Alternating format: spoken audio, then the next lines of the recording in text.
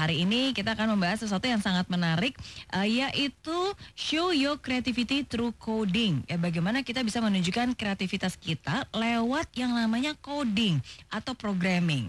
Nah, tapi saya mau tanya dulu nih, coba masih ingat nggak dulu kalau Anda kecil, waktu dulu kecil nih, kira-kira suka mainnya apa?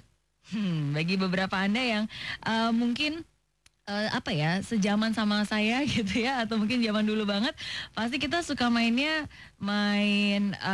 lompat tali ya, main ular tangga, main kelereng ya, main petak umpet, main kejar-kejaran, tikus kucing dan seterusnya ya, masih banyak lagi. Nah, tapi lain dulu, lain sekarang. Kalau anak zaman sekarang ya, termasuk anak saya juga, permainannya jauh lebih beragam. Dan bukan hanya permainan seperti ular tangga atau board game, tapi ada juga yang namanya main gadget, main games ya, apps juga. Wah, itu banyak banget ya jenis permainan-permainannya. Dan bahkan kalau anak sekarang ditanya nih apa cita-citanya, hampir sering kali itu jawabannya pasti berhubungan dengan dunia teknologi. Ada yang pengen jadi ahli IT, ada yang pengen juga jadi developer game, ada yang pengen jadi YouTuber ya, ada yang pengen jadi web developer ya. Pokoknya banyak banget deh, beragam. Nah, jadi karena berkembangnya teknologi, malam ini kita juga ingin membahas tema yang menarik seperti tadi saya bilang, show your creativity through coding. Nah, jadi kalau misalnya yang namanya programming, coding itu diajarkan untuk anak kecil, itu bisa nggak sih? Apa nggak kemudahan ya? Nah, sudah hadir juga di studio Sonora Pak Budi Chang, founder dari Actizo Coding. Ya, nanti kita akan tanya-tanya lagi, sebenarnya kenapa sih anak kecil harus belajar coding. Nanti kita juga akan menjawab pertanyaan dari Anda, yang nantinya juga ada pemenang ya. Jadi malam ini Pak Budi sudah membawa hadiah. Lebih tepatnya ada 20 voucher yang masing-masing senilai Rp250.000 untuk belajar di Actizo Coding. Nah, jadi ini hadiah untuk 20 pemenang yang berpartisipasi. Caranya gampang, bisa kirim SMS atau WhatsApp ya ke 0812 112 9200. Jangan lupa sertakan nama, pertanyaannya pastinya ya, dan juga email Anda. Oke, semoga Anda termasuk salah satu orang yang beruntung yang mendapatkan voucher yang bernilai masing-masing Rp250.000. Oke, jadi jangan kemana-mana, tetap di The Mary Riana Show, karena saya akan kembali bersama bintang tamu saya malam ini, Bapak Budi Chang. Silakan, bisa dilihat di situ informasinya. Acara tanggal 12 Agustus jam 9 sampai jam 5 sore, seharian penuh, dihadiri oleh 3.000 peserta karena harganya sangat terjangkau, Rp90.000 saja untuk seminar sehari penuh. Ketemu dengan saya dan juga bintang tamu lainnya pastinya. Semoga bisa bermanfaat informasinya untuk Anda. Dan sementara Anda sedang ngecek websitenya, kita simak dulu nih, karena malam ini ada obrolan seru dan udah ada bintang tamu juga yang hadir malam ini yang akan berbicara tentang coding atau tentang programming. Langsung saja kita sapa dulu. Selamat malam Pak Budi. Terima kasih sudah datang di studio Sonora ya malam ini ya. Ya, terima kasih atas undangannya. Sama-sama. Nah, tadi saya sempat ngebahas nih Pak Budi, kalau zaman kita dulu ya, zaman kita kan dulu anak-anak paling mainannya nggak pernah main gadget, zaman dulu belum ada komputer. Betul. Ya kan, kita mainnya ya main petak umpet, main ular tangga. Tapi zaman sekarang kan anak-anak mainnya games, apalagi apps gitu ya. Nah, apakah dengan belajar coding itu pengaruh yang lebih positif atau justru malah membuat mereka lebih kecanduan dengan games dan meluangkan lebih banyak waktu dengan yang namanya gadget? Oke. Sebenarnya justru coding adalah jalan keluar atau solusi buat anak-anak yang lahir pada abad 21 ini. Mereka sebenarnya anak-anak yang kreatif, sama seperti kita waktu kecil. Mereka berbedanya adalah mereka bertumbuh di zaman yang dimana teknologi sudah begitu canggih, masuk ke dalam semua lapisan kehidupan. Dan mau tidak mau mereka harus tersedot di dalam perkembangan teknologi tersebut. Ketika mereka ingin mengekspresikan kreativitas mereka, mereka terbentur karena tidak banyak sekolah maupun lembaga yang mengajari mereka untuk berkreasi dengan teknologi. Nah, kenapa saya sebut coding adalah salah satu solusi buat mereka adalah karena kalau dulu kita bisa buat sesuatu ya dari kulit jeruk misalnya, betul. Kita bikin bola gitu atau bikin kereta gitu ya. Sekarang apa-apa mereka tinggal tunjuk, mau boneka tunjuk, mau robot mereka tinggal tunjuk, minta orang tua mereka beli. Kesempatan untuk membuat itu tidak ada. Jadi bukan salah mereka sebenarnya. Nah, coding adalah satu fasilitas atau satu kegiatan yang memberikan kesempatan buat mereka untuk berkreasi dengan teknologi. Dengan demikian kita berharap mereka akan mulai pelan-pelan meninggalkan kebiasaan bermain sebagai users, tapi sekarang sudah bisa menjadi creator, bisa membuat sesuatu yang mereka impikan, mereka idamkan. Oke, dan Pak Budi sendiri memang backgroundnya juga programming ya? Iya, betul, saya seorang programmer. Emang cinta banget gitu ya? Ya, dan Tuhan sepertinya menaruh satu beban untuk saya mengajar. Jadi selain saya kuliah dalam bidang IT di BINUS ya, S1 sama S2, saya dapat satu kayak visi bahwa teman-teman kalau saya ajarin mereka senang gitu. Dan akhirnya saya terpanggil untuk ngajar mahasiswa, tapi saya lihat kenapa banyak mahasiswa yang masuk ke jurusan IT tapi tidak siap. Maksudnya Lalu, apa nggak siap? Mereka sepertinya tertatih-tatih mengikuti kuliah, terutama dalam bidang programming. Mereka banyak sekali mengeluhkan. Satu ungkapan yang sering saya dengar adalah kalau belajar C gitu ya, Si programming ya, language ya. Mereka presiden jadi C itu mati gitu. Saking susahnya gitu ya. Dan mereka bilang muntah-muntah. Benar ya. Mereka muntah-muntah karena betapa sulitnya mempelajari coding atau programming. Jadi dan saya melihat bahwa ternyata salahnya bukan di mereka juga. Sekolah di level SMP, SMA tidak mempersiapkan. Akhirnya mereka tidak siap untuk kuliah di bidang IT ataupun terlambat. Oke, tapi kalau anak kuliah aja belajar programming sampai dalam tanda kutip muntah-muntah dan saking beratnya, ini sekarang diajarkan ke anak-anak apa nggak terlalu dini gitu? Ya. Sebenarnya ada satu koreksi terhadap dunia perguruan tinggi, di mana para dosen ataupun para praktisi pendidikan itu masih mengajarkan coding dengan pendekatan tahun 70-an. Tahun 70-an? Iya, jadi artinya ya dia mengajar seperti cara dosen mereka mengajar gitu ya. Ketika kita belajar programming, kita memang harus memahami sintaksnya. Tapi di satu sisi kita harus mengerti logikanya. Nah, ketika logika dan sintaks dipelajari bersamaan, maka timbul masalah. Logikanya belum beres. Gimana dia mau menghafal titik komanya gitu.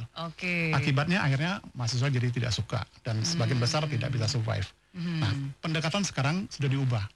Ketika para pakar pendidikan dan pakar teknologi menemukan ada cara di mana buat software yang mempermudah anak-anak belajar coding. Tidak perlu hafal perintah. Oke, jadi nggak perlu mengenal dan mempelajari bahasanya dulu, ya. Betul. Tetapi, saya dulu juga gitu belajar bahasanya. Ada C, ada C++, ada C basic. Iya, banyak sekali. Ya. Sampai pusing mereka. Satu tahun belajar bisa 2 sampai 3 bahasa. Jadi sekarang nggak perlu belajar bahasanya. Dulu, tetapi logika. Tapi logikanya. Iya, yang direpresentasikan dalam bentuk blok ataupun puzzle. Jadi anak-anak akan menyusun puzzle, tapi sesudah disusun maka bisa di-run. Jadi berfungsi seperti program komputer biasa. Nah, itu yang terobosan baru dalam dunia pembelajaran IT, khususnya dalam bidang coding dan programming. Menarik ya, ternyata jadi dipermudah ya. Oke, tapi saya ada pertanyaan menarik nih, kan Pak Budi sendiri kan juga passionnya memang di bidang programming dan passionnya juga mengajar. Dan kenapa memilih untuk mengajar justru malah anak-anak? Justru kan zaman sekarang ini banyak yang pengen jadi startup founder, banyak yang pengen programmer itu kan sangat dibutuhkan. Dan apalagi tadi Pak Budi bilang lulusan-lulusan sarjana sekarang mungkin juga belum siap untuk terjun langsung kan. Tapi kenapa justru ke anak kecil? Kenapa nggak yang diminta aja nih sekarang demand-nya? Baik, ini sebenarnya persoalannya mirip seperti ketika dosen-dosen di perguruan tinggi kesulitan kok mahasiswa saya tidak menguasai matematika dengan baik. Sehingga ketika dia mau masuk ke level yang lebih tinggi, terhambat dia mesti ngulang materi yang sebenarnya sudah harus dimengerti waktu SMA. Sama juga dengan coding. Sebenarnya waktu mereka masuk ke fakultas ilmu komputer atau belajar bidang computer science, mereka tidak punya dasar yang cukup. Nah, saya melihat kalau begitu harusnya diselesaikan dari akarnya, yaitu dari SD sama SMP. Kalau kita bisa mempersiapkan anak-anak ini sejak dini, mereka menyukai, tidak sekedar dipaksa ya. Mereka memang have fun di dalam belajar, maka saya percaya bahwa nanti ketika mereka kuliah, mereka akan sangat siap, dan mereka adalah calon programmer, calon developer untuk Indonesia di masa yang akan datang. Oke, jadi dari benihnya ya, dari yang masih mudanya. Kita persiapkan. Berapa usia yang paling ideal sebenarnya untuk belajar? Pengalaman kami di Actizo Coding, 9 tahun adalah usia yang sangat ideal untuk memulai, karena di situ mereka sudah menguasai beberapa pengetahuan tentang matematika, karena untuk coding harus ada matematika dasar, minimal aritmatika ya. Tambah kurang bagi kali, yang mereka mengerti tentang pangkat, sedikit-sedikit tentang bilangan negatif, positif dan seterusnya gitu. Ya, jadi 9 tahun pun juga udah bisa ya. Betul dan Actizo Coding ini Pak Budi adalah founder dan juga CEO. Ya. Ini sejak kapan nih mendirikan Actizo Coding? Actizo Coding lahir 1,5 tahun yang lalu, kurang lebih di bulan Oktober. Waktu itu saya sengaja pilih 15, 10, 15. 15, 10, 15. Betul. Angka yang bagus ya. Ya, semoga jadi awal yang baik juga buat Actizo. Kenapa namanya Actizo? Apakah ada arti kok kayak Ada. Jepang gitu? Iya, Actizo? sebenarnya dari bahasa Yunani justru ya. Oh gitu Jadi ya? sama Tizo, jadi bacanya Tizo. Jadi tulisannya K-T-I-Z-O, Aha. Ketizo, tapi bacanya Tizo. Oh, Tizo artinya oke. create, build. Jadi Oke, bahasa oke. Yunani yang artinya membuat. Actizo itu Iya, artinya membuat. betul. Oke, Sedangkan E-nya E-nya itu tuh kayak elektronik, email, Oke. e-commerce begitu. Jadi ketika saya gabungkan, saya menemukan kata ini tidak ada dalam dunia ini. Jadi pertama kali ada kata ini Iya. lahir di dunia dan saya langsung beli .com-nya. Dan ketika orang tanya artinya apa, saya bilang creating the technology. Oke. Jadi berkarya ada melalui artinya teknologi. ya. Betul. Nah, jadi pembelajarannya seperti apa nih? Apakah karena saya dengar-dengar ada online-nya juga, ada on-site-nya juga. Betul sekali. Jadi kami menerapkan sebuah metode yang mungkin termasuk baru di Indonesia. Sebenarnya di luar negeri juga cukup lama ya. Ketika kami melakukan research di Amerika, ada tutoring center yang sebenarnya tidak perlu ke rumah. Jadi anak-anak belajar di rumah, dibimbing oleh guru, misalnya guru lesnya gitu ya. Di Taiwan juga sama, kurang lebih tahun 2002 saya pernah survei di sana dan mereka sudah sangat umum belajar online. Tapi saya di Indonesia kenapa tidak ada gitu. Iya. Dan ketika saya tanya kepada beberapa orang tua, mereka mengatakan bahwa kami tidak percaya sistem online. Sistem online itu pasif, anak disuruh nonton. Di sekolah aja mereka belum tentu belajar, apalagi di rumah gitu ya, di depan komputer pasti mereka akan main game misalnya. Betul. Banyak gangguan gitu ya, banyak Ini godaan. berarti gitu. pembelajaran online yang biasanya mungkin hanya ada video Ya, betul gitu sekali. kan, tonton video, jawab pertanyaan sendiri, Betul. jawabannya sendiri, cek sendiri seperti itu ya. Iya. Nah, metode kami berbeda. Itu untuk pembelajaran orang dewasa. Ketika kami mengajari anak-anak, kami pastikan bahwa anak harus hadir, anak harus terlibat dalam pembelajaran, dan tutor yang kami dedikasikan adalah satu tutor satu siswa. Sehingga jadi tidak online tapi ada tutornya. Iya, jadi kami membimbing secara online, tutor yang hadir, dan ketika mereka belajar, maka ada tutor yang mengawasi. Oh, Orang tua oke. juga bisa ikut monitor.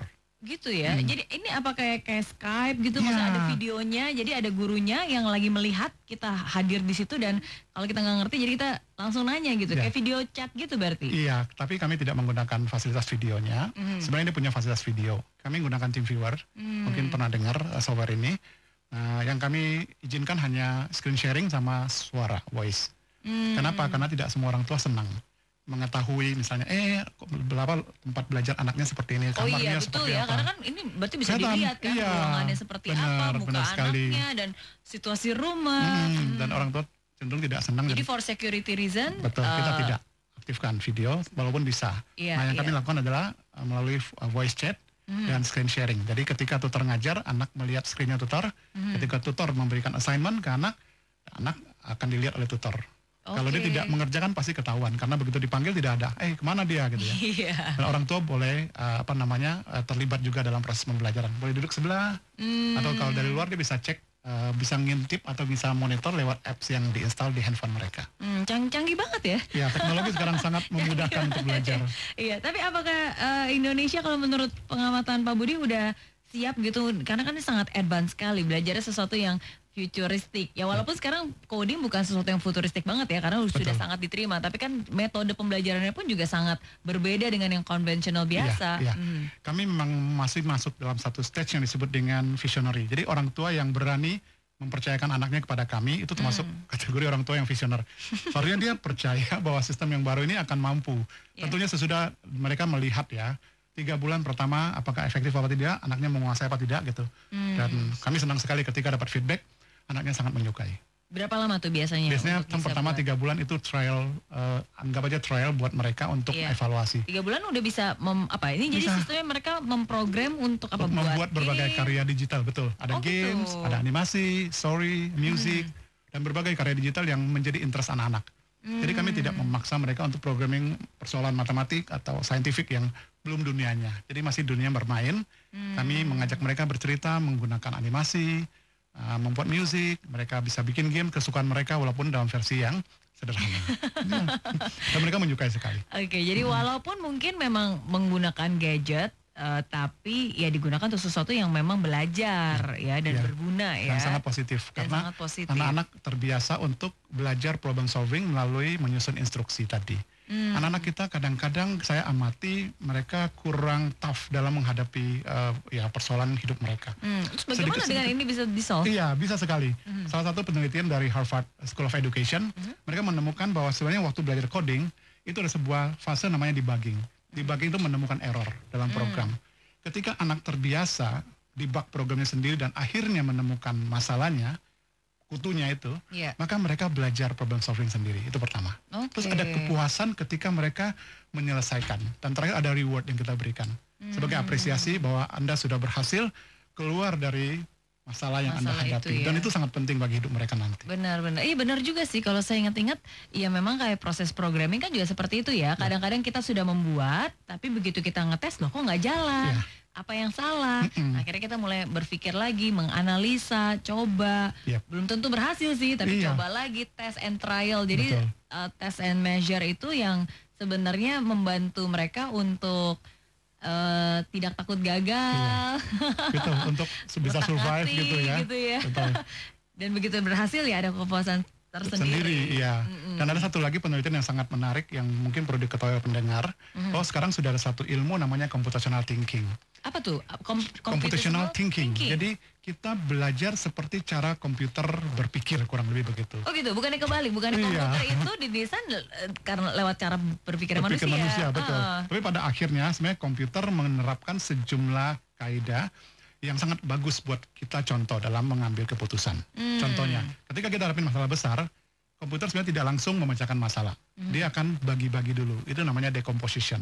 Jadi membagi masalah menjadi masalah yang lebih kecil, sampai yang masalah lebih kecil baru mulai dianalisa. Terus yang kedua namanya pattern recognition. Dia ngamatin polanya. Ada nggak komputer ini apa komputer bisa robot? Komputer bisa menganalisa pattern. Jadi misalnya kenapa komputer bisa memprediksi harga turun saham misalnya atau falas, walaupun nggak tepat sekaligus ya, tapi sebenarnya dia memberikan informasi yang sangat penting. Daripada kita mesti plototin angka berapa tahun sebelumnya, lebih baik komputer yang menganalisa. Karena setiap data yang muncul itu kan di-capture sama dia dan memang ada pattern tertentu ya. Benar, dan dia bisa memberikan satu pertimbangan ke kita. Terus apa hubungannya dengan hidup kita sebagai manusia tadi? Baik, pertanyaan menarik. Jadi ketika kita menghadapi persoalan, sebenarnya ada pattern yang terjadi, pengulangan gitu ya. Jadi ketika kita hidup ya dalam menghadapi berbagai masalah, kenapa setiap kali saya menghadapi masalah yang sama gitu? Nah, kalau dia bisa cari akar masalahnya, ternyata ada pattern yang berulang, gitu. Misalnya kebiasaan dia menghabiskan uang. Kelihatannya sih nggak ada yang sama, karena satu kali dia pergi ke mall, satu lagi dia pergi jalan-jalan gitu ya. Tapi basicnya adalah dia nggak bisa spend money, dia nggak bisa simpan uang itu. Nah itu pola itu kena dianalisa, kita tahu ternyata masalahnya dia kere atau dia tidak bisa nabung karena dia terlalu boros dalam penggunaan uang. Itu contohnya. Gitu. Dan lewat coding atau belajar programming itu kita jadi lebih mengenali cara komputer berpikir seperti apa. Betul sekali. Jadi seperti tadi saya katakan, ketika komputer melakukan perulangan, sebenarnya dia sedang mencari pola. Kalau polanya bisa dilakukan, maka dia akan mengulang hal yang sama. Ini adalah contoh yang sangat bagus dari Google. Ketika Google menemukan Google Map, ada sebuah fitur baru yang dia tambahkan namanya Street View. Mungkin Miss Mary Riana pernah coba ya, betapa asiknya kita tidak pernah ke satu tempat nih. Tiba-tiba kita bisa pegang satu icon lalu kita taruh di situ. Lalu tiba-tiba di depan layar kita muncul tuh. Ada rukonya, ada tempatnya. Oh iya pernah saya ngelihat Google Earth gitu. Iya betul, seperti Google Earth tapi namanya Street View. Jadi dia merekam semua gambar secara 360 derajat dan kita seperti hadir di situ. Kalau Google Map hanya lihat dari atas. Kalau ini bisa lihat dari samping dan bisa putar keliling. Bisa maju mundur malah kalau jalanannya ini sebelahnya ada Rukowana betul sekali. Nah, ketika mereka menciptakan fitur itu sebenarnya mereka menerapkan computational thinking. Mereka tidak coba solve seluruh dunia dengan mereka melakukan riset ya. Tidak, tapi mereka coba dulu satu daerah. Coba satu mobil dulu, keliling dulu, bisa apa tidak? Ketika satu daerah bisa dikelilingi dengan mobil mereka ya untuk capture videonya, dan mereka terapkan untuk seluruh dunia. Iya menarik ya. Nanti kita akan bahas lebih lanjut lagi tentang coding dan sebenarnya itu sangat beraplikasi ya di dalam hidup kita sehari-hari. Oke, jadi jangan kemana-mana, tetap di The Mary Riana Show.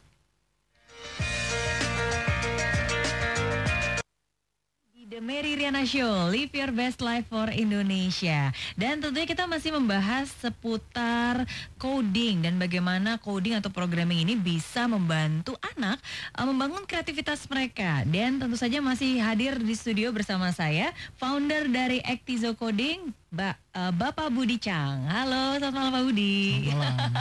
Dan Pak Budi hari ini hadir bukan cuma datang doang ya, tapi ini bawa-bawa hadiah loh.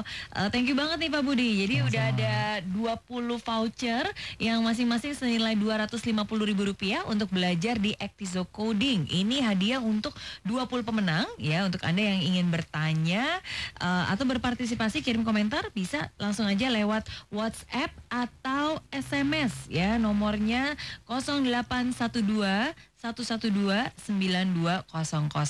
Jangan lupa sertakan nama, email, dan juga pertanyaan Anda. Pastinya nanti dijawab langsung oleh Pak Budi ya.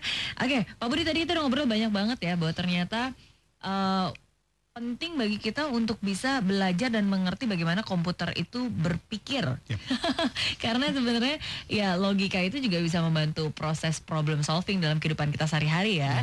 Nah, ada satu lagi analogi dari Pak Budi, yaitu apa nih, tool coding. Apa tuh maksudnya? Oke, jadi anak-anak ketika belajar membuat program, sebenarnya mereka punya satu requirement, yaitu komputer itu sendiri. Nah, menariknya adalah persepsi orang tua ataupun sebagian besar masyarakat kita menganggap komputer itu lebih mirip seperti barang elektronik. Iya, jadi, emang bukan gitu? Sebenarnya kalau persepsinya diubah, maka kita akan melihat ternyata komputer jauh melampaui itu. Jadi waktu itu saya membaca sebuah research dari seorang profesor dari MIT, namanya Profesor Misha Resnick. Dalam sebuah paper dia tulis ketika dia share tentang pentingnya coding kepada masyarakat di Amerika Serikat, dia memberikan satu pertanyaan. Dalam satu pertemuan, dia tunjukin gambar komputer itu lebih mirip TV atau cat warna atau cat gitu ya. Semua orang jawabnya mungkin lebih mirip TV. Benar sekali dan tidak salah. Alasan mereka adalah pertama sama-sama barang elektronik. Iya. Kedua sama-sama menyiarkan informasi, betul ya. Dan ketiga bentuknya sama gitu ya, karena monitor kan seperti kotak, TV gitu kan. Gitu ya, betul. Iya. Nah, Michel Redis mengatakan sebenarnya itu cara pandang kita yang keliru terhadap komputer. Kita hanya melihat komputer sebagai alat untuk menyampaikan informasi. Kita pasif, kita sebagai users. Tidak heran kemudian anak-anak kita hanya bisa browsing, playing, ya, main games, ya, browsing, download, dan itu semua kegiatan sebagai users. Kemudian Michel Redis mengatakan, sadar tidak sebenarnya komputer juga bisa berperan seperti cat air atau cat. Kenapa? Karena ketika komputer di tangan seorang Mark Zuckerberg, jadilah Facebook. Betul? Laptop yang sama, betul Bu? Iya. Kemudian di tangan Bill Gates, jadilah Microsoft. Dan hampir semua penemu teknologi zaman sekarang bermula dari laptop. Dengan demikian, bukankah laptop lebih dari sekedar barang elektronik untuk nonton, untuk main, dan untuk browsing? Sebagai alat untuk berkreasi ya, inventor juga ya. Iya. Oke, nah jadi dengan itu juga salah satu alasan kenapa Pak Budi ingin memperkenalkan ini ke anak-anak. Iya, jelas. Karena bagi saya ketika pensil warna di tangan yang tidak terlatih, maka pensil warna hanya dipakai untuk coret-coret. Iya. Tapi begitu dilatih oleh seorang painter yang hebat, gitu ya, dalam waktu yang cukup lama dia akan menjadi seorang pelukis yang hebat. Iya, iya. Sama seperti komputer. Ketika dia tidak dilatih untuk menggunakan yang memaksimalkan sebagai alat untuk berkreasi, maka komputer dipakai untuk main games, dipakai untuk nonton, betul ya? Paling-paling kita ketik dokumen begitu. Nah, kami melihat bahwa anak-anak itu di tangan pendidik yang baik, maka dia akan diarahkan menjadi seorang creator dalam bidang teknologi. Dan kalau tidak dimulai dari sekarang, anak-anak kita akan tetap menjadi user sampai kapan kita tahu, karena mereka lebih senang, lebih bangga punya gadget canggih, ya bisa menggunakan. Tapi disuruh bikin, belum tentu bisa. Iya, lebih senang mainnya ya daripada bikinnya ya. Betul sekali. Nah, tapi kalau tadi Pak Budi kan bilang tergantung ya laptop di tangan siapa. Di tangannya Mark Zuckerberg ya bisa jadi Facebook gitu. Tapi kan di tangan orang-orang yang jahat itu bisa jadi scammer, bisa jadi hacker gitu. Betul sekali. Dan seterusnya. Nah, untuk anak yang usia dini, apakah butuh untuk didampingi oleh orang tua supaya ya nggak kemana-mana gitu? Betul sekali. Gimana? Jadi kami dalam pembelajaran coding kami memberikan sejumlah aturan tidak tertulis kepada orang tua, bahwa proses pembelajaran ini tidak menjadi domain kami saja. Kami mengajak orang tua untuk ikut menemani, mendampingi, memperhatikan, termasuk memberikan masukan. Apakah anaknya tertarik, anaknya punya kemajuan yang signifikan apa tidak, dan seterusnya. Jadi ketika kami mengajarkan coding, kami sadar sepenuhnya coding yang kami ajarkan adalah basic skills. Jadi bukan sebuah skill yang nantinya akan berbahaya bagi diri anak.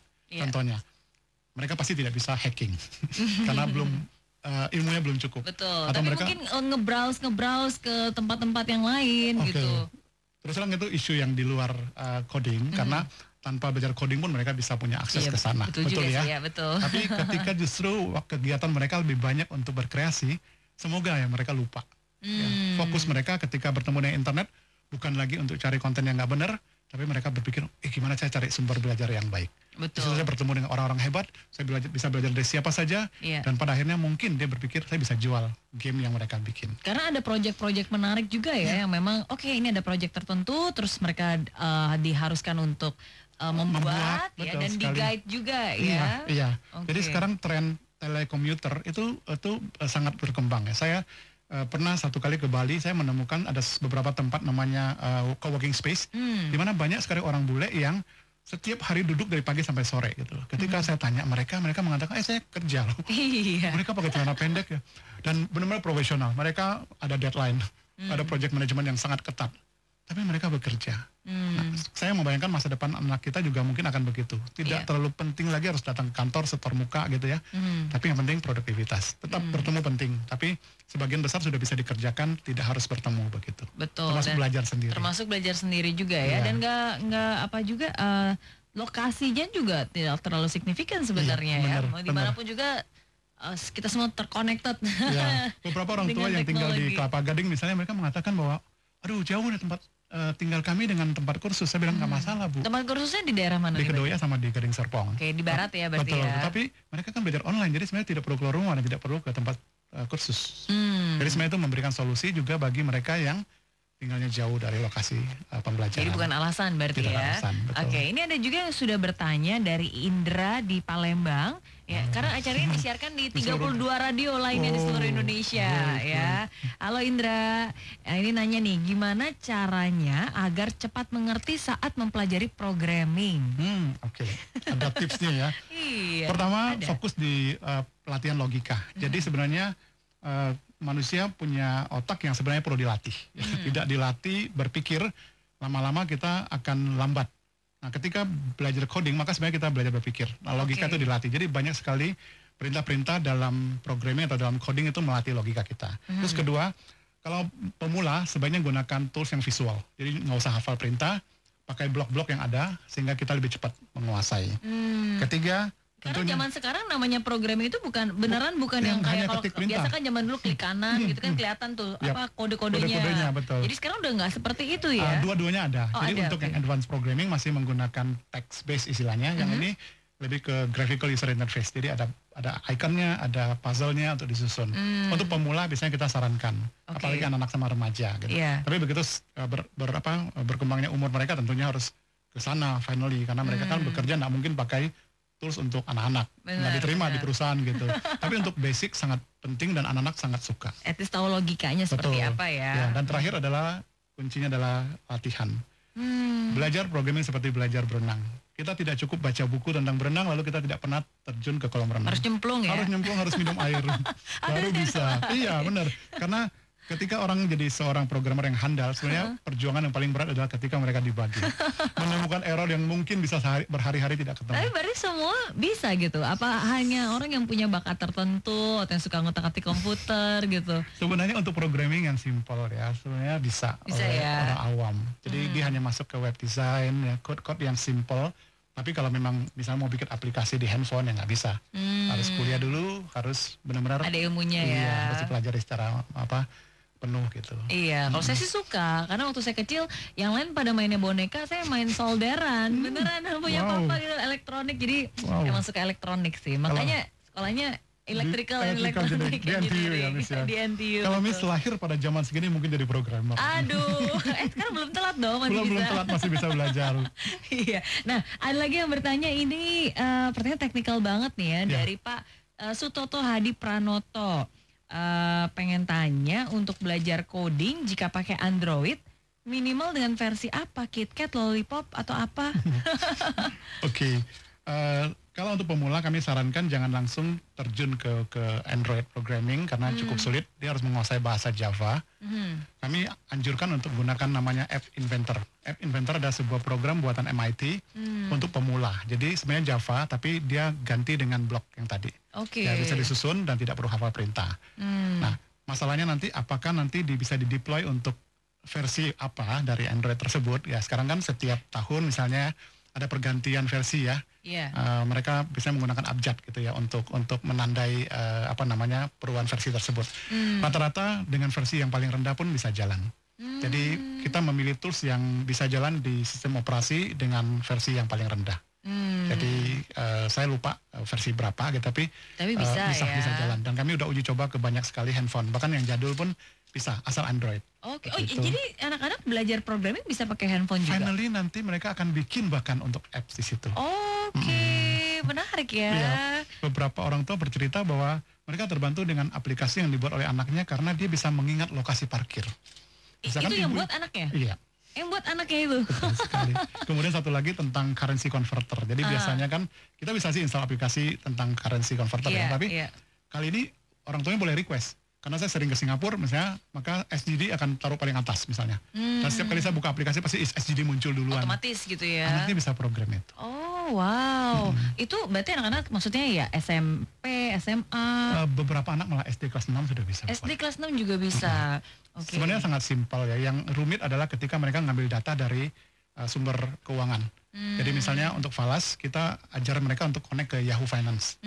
Tapi mereka nggak usah tahu bagaimana cara ngambilnya. Kita udah kasih tahu cara untuk ekstrak datanya. Jadi waktu diambil, dipotong, terus ditampilkan.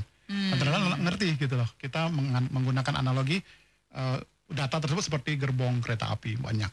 Nah, ketika setiap datanya datang, misalnya kita mau convert dari SGD ke rupiah misalnya, maka kita request SGD, kita request IDR, kemudian kita kirim. Nanti baliknya sudah tahu nih kursnya berapa.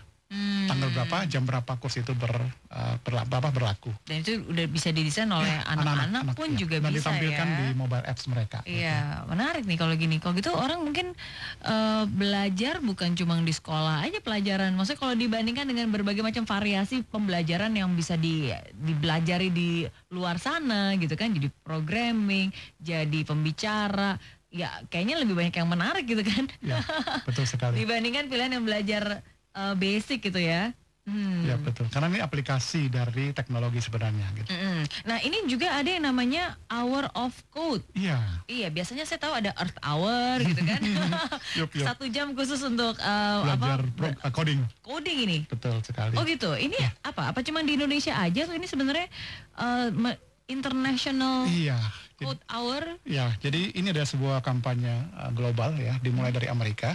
Awalnya yayasan ini ya namanya Code.org itu hanya menargetkan 10 anak-anak di Amerika mulai pertama kali belajar coding selama 1 jam. Itu target mereka. Karena apa? Karena para praktisi teknologi di Amerika merasa kok minat terhadap computer science makin lama makin menurun.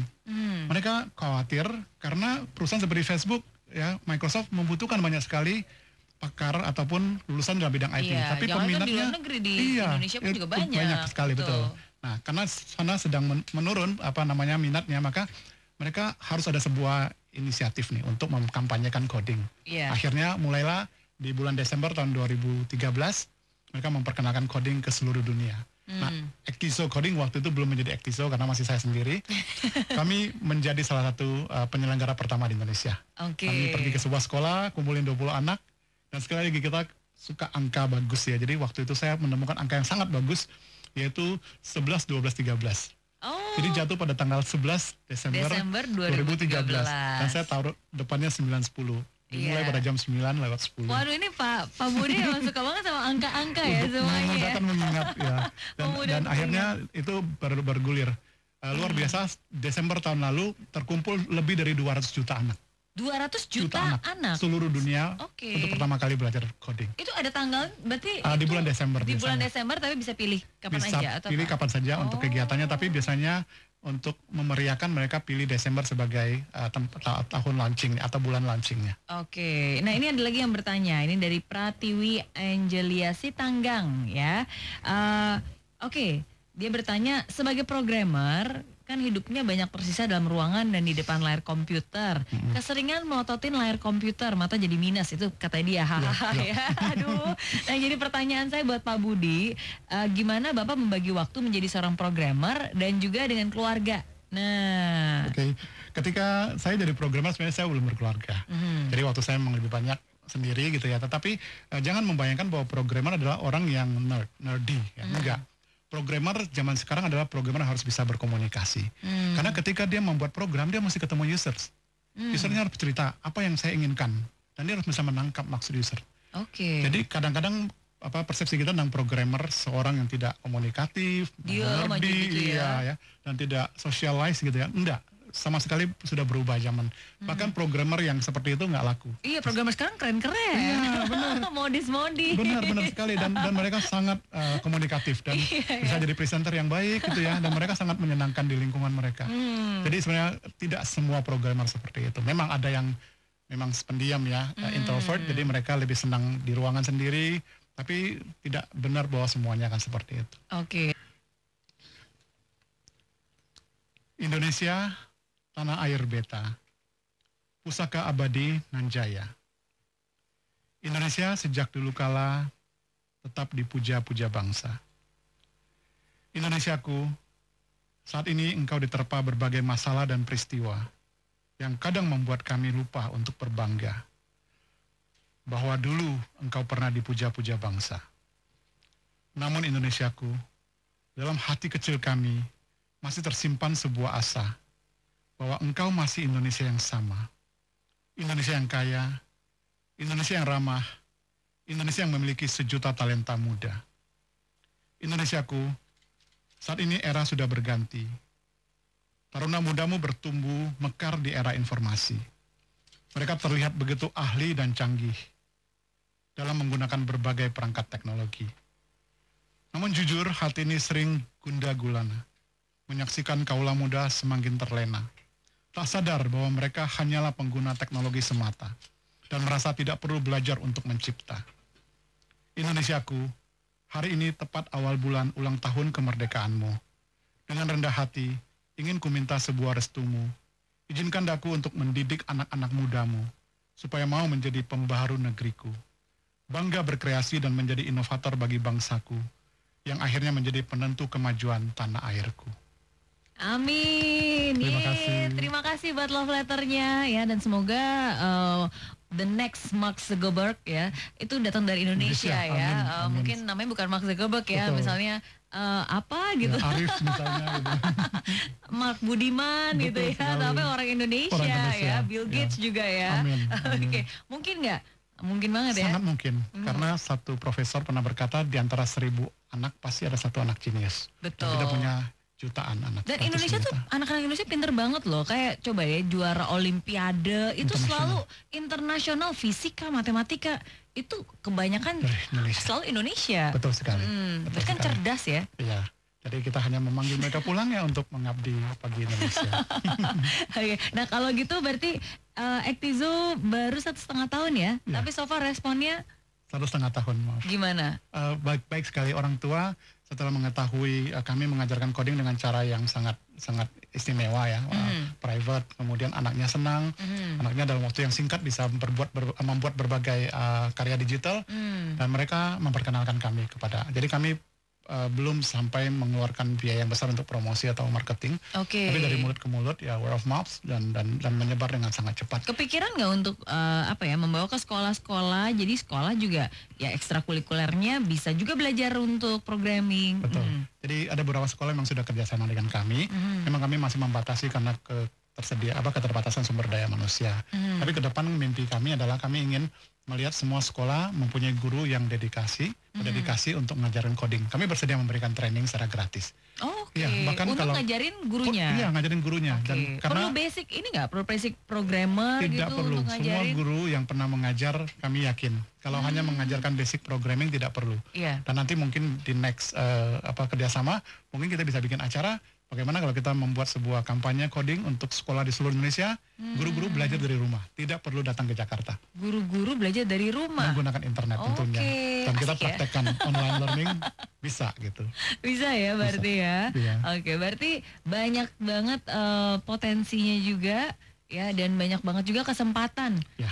Karena kan ini kalau tadi kita ngomongin coding, padahal kalau saya lihat sih sebenarnya ada banyak juga nih, ada belajar robotik programming.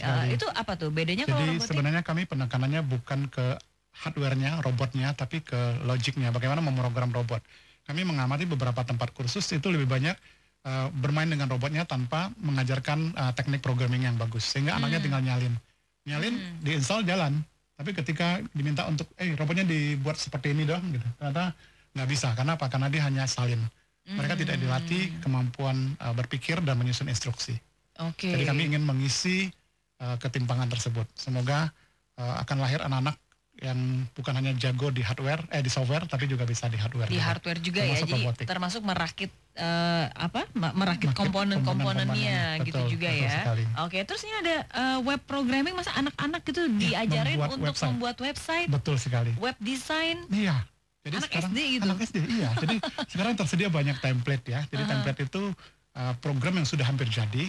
Jadi kita tinggal menggunakan saja, mengganti warna, mengganti gambar gitu ya. Dan karena memang masih SD ya, kita tidak menuntut mereka harus seperti profesional yang bisa desain, yang bisa punya taste yang bagus. Terus bisa bikin desain buat websitenya sendiri benar, gitu ya. Hanya mengganti saja dan ada tambahan beberapa komponen. Dan ternyata mereka bisa. Oh, jadi gitu. Misalnya angeliasitanggang.com gitu ya. Kenapa tidak? Bisa ya, itu skill yang sangat basic, tapi banyak orang yang tidak tahu gitu. Jadi kalau kita cari di internet banyak sekali informasinya, tapi tidak semua orang bisa belajar mandiri, jadi butuh bimbingan. Demikian juga anak-anak kita, banyak yang sebenarnya bisa kalau mereka sedikit berinisiatif untuk cari informasi. Tapi karena mereka butuh bimbingan, kami hadir untuk menemani mereka belajar, untuk membantu mereka, memindahkan mereka, mengubah mereka dari user menjadi creator. Dan membuat mereka lebih kreatif, dan akhirnya bisa berkreasi dan juga bisa berinovasi. Betul sekali. Jadi thank you banget Pak Budi sudah hadir di studio. Dan sukses terus ya buat semua program-programnya. Terima kasih. Ya, dan Fran jangan kemana-mana, karena saya akan kembali dengan catatan inspirasi saya malam ini. Tetap di The Mary Riana Show. Hai friends, masih di The Mary Riana Show, Live Your Best Life for Indonesia. Nggak kerasa ya, udah 1 jam saya dan bintang tamu saya menemani Anda malam ini. Dan jangan lupa juga untuk Anda yang ingin bertemu langsung dengan saya, Mary Riana, dan juga para pembicara lainnya. Ada Bong Chandra, ada Pak RB Sentanu, ya penulis dari Quantum Ikhlas, dan masih banyak lagi. Bisa datang hari Sabtu jam 12, hari Sabtu 12 Agustus ya, jam 9 pagi sampai 5 sore di MGK Kemayoran. Karena setahun sekali saya akan mengadakan Inspire Indonesia Conference. Untuk Anda semua, caranya gampang, informasi lanjut bisa hubungi di www.inspireindonesiaconference.com. Dan seperti biasa, inilah catatan inspirasi saya malam ini. Jika zaman sudah banyak berganti, kita pun harus bijak dalam menyikapi. Meski saat ini banyak hal baru dihadirkan, banyak hal luar biasa yang menakjubkan. Tapi ingat, orang tua juga harus tetap memberikan pengawasan sehingga teknologi tidak disalahgunakan. Dan mereka pun bisa tumbuh penuh kreativitas untuk membangun masa depan mereka. And friends, terima kasih atas perhatian dan partisipasi Anda pada hari ini. Semoga obrolan kita di The Mary Riana Show selalu bermanfaat dan bisa memberikan dampak positif bagi kehidupan Anda. Saya Mary Riana pamit undur diri, sampai jumpa minggu depan, dan Indonesia pasti bisa.